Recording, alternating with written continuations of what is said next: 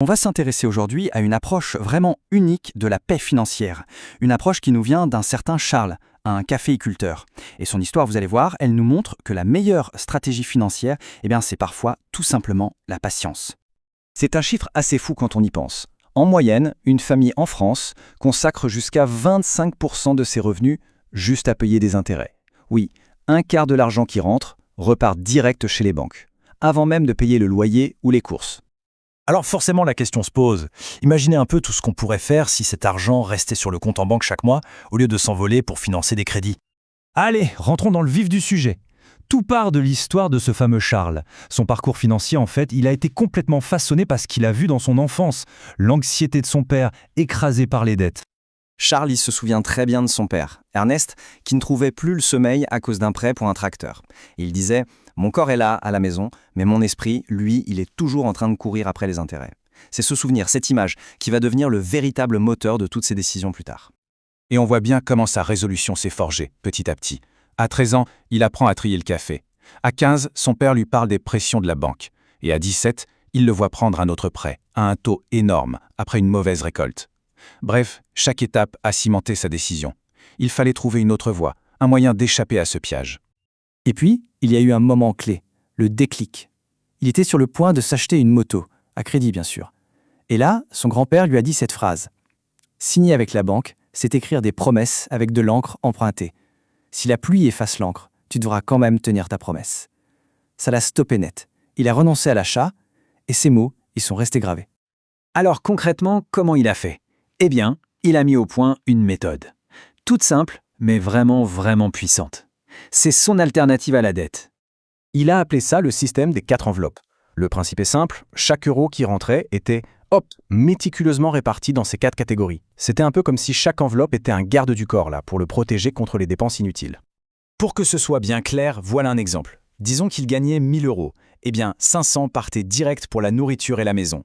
200 pour l'épargne à court terme, genre un projet, 200 de plus pour le fonds d'urgence, on ne sait jamais, et les 100 qui restent, c'était pour la croissance. C'est vraiment cette discipline, cette rigueur qui fait toute la force du système. Et là, quand on compare avec son voisin, la différence est juste énorme. Charles, lui, il économise, il attend. Le voisin, il prend un crédit de 20 000 euros.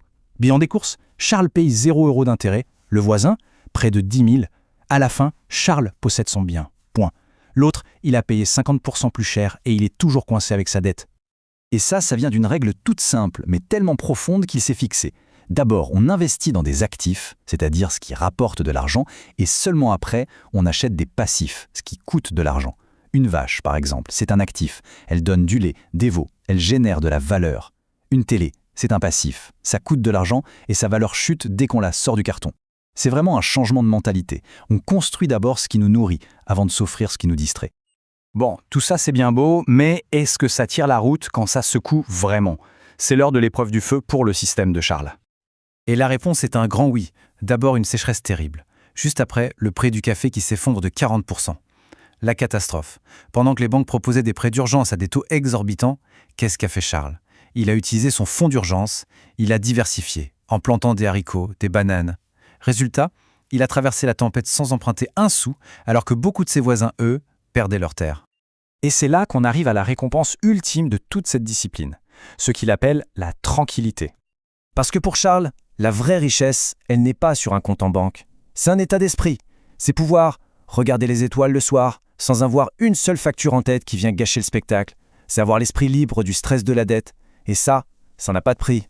Alors comment on y arrive ? Il partage 3 clés, 3 principes de base. Le premier, chaque euro qui rentre doit avoir un nom, une mission. Le deuxième, on n'achète que ce qu'on peut payer cash sans l'aide d'une banque.